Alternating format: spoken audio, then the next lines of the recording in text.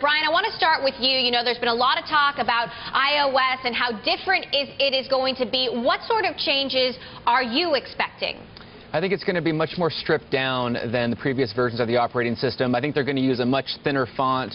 They're going to move to what's called a flat design, which means that a lot of the icons and things won't look like real-life objects. Like a notepad won't actually look like a notepad. It might just be a gray square. I think they're going to make it a lot more flat like that, but I think they're also going to infuse a lot of new color, a lot of bright color, and they're really going to update it a bit. You know, they need to show leadership here. They need to show that they can get out ahead of what's happening on Android and on other operating systems, and I think that we're going to see, a lot of meaningful changes. It's still going to be familiar, but it's going to be, very new at the same time.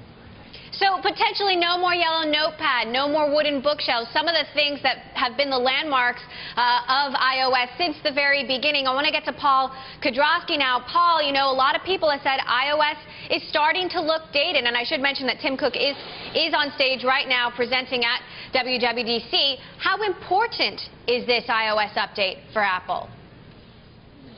Oh, it's hugely important on a whole bunch of different dimensions. I mean, yeah, it is looking extremely dated. I mean, it started, these sort of vestiges of our old physical world, you just kind of felt strange, It's this reminder of how things used to be, as opposed to remembering that most of the people using these products increasingly are of a generation where most of these metaphors have, very, very little meaning, which makes it somewhat bizarre that they kind of hang on as long as they have. So that's at one level. But at a deeper level, it's more that just the Apple interface had begun to feel very rigid. You look at Android and your ability to have widgets and other things installed that provide you this kind of continuous flow of information and access to services in other ways than just scrolling through all the icon screens.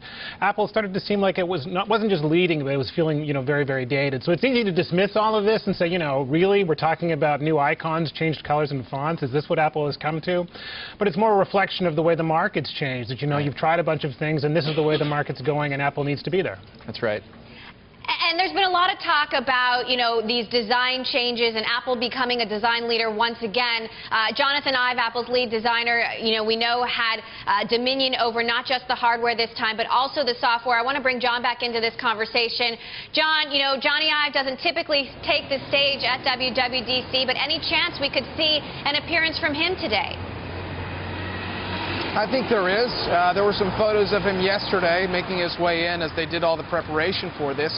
Apple has a star in Johnny Ive, a guy that has a lot of mystery around him, a guy who is admired by a lot of people in the tech community for the designs that made Apple, what it is today with the iPod and the iPhone and the iPad. And I think that on the software side, here is a company, as you guys were saying earlier, that hasn't made a lot of design changes since the iPhone was first introduced.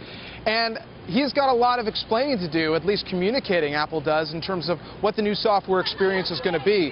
Earlier we were talking with the CEO of Evernote, a very popular app. Phil Libin is his name. And he said after each of these events, they have to go back to their headquarters, they sit around as a company and they say, all right, what did Apple change? And how is that going to change how we do business? This really matters to all those companies that are making all their money tied to that little app that appears on your iPhone or your iPad. So if there are sweeping changes, and if they're, even if they're just design and it doesn't really change where you find things, I think there's going to be a need for Apple to communicate that well because of all these people who come to these events to find out those very things.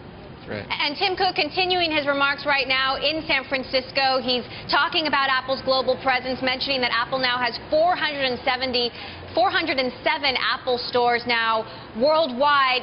Brian Blair, I was talking with Brian Marshall of ISI Group last week. He said that his expectations for this particular WWDC are low. Would you characterize your expectations that way, low expectations? I think they are low, and part of that's reflected in the stock, I think, but I think it's also because there are going to be no new iPads or new iPhones announced today. The hardware focus, I believe, is going to be on the MacBook side. That's a relatively low volume product every quarter, about 4 or 5 million units a quarter, versus 47 or 30 million of the other products, or 20 million iPads, I guess. And so I think that given that, and given that this is largely going to be software focused, I do think the expectations are relatively low. Now we'll see what they do with iRadio, but I do agree with that.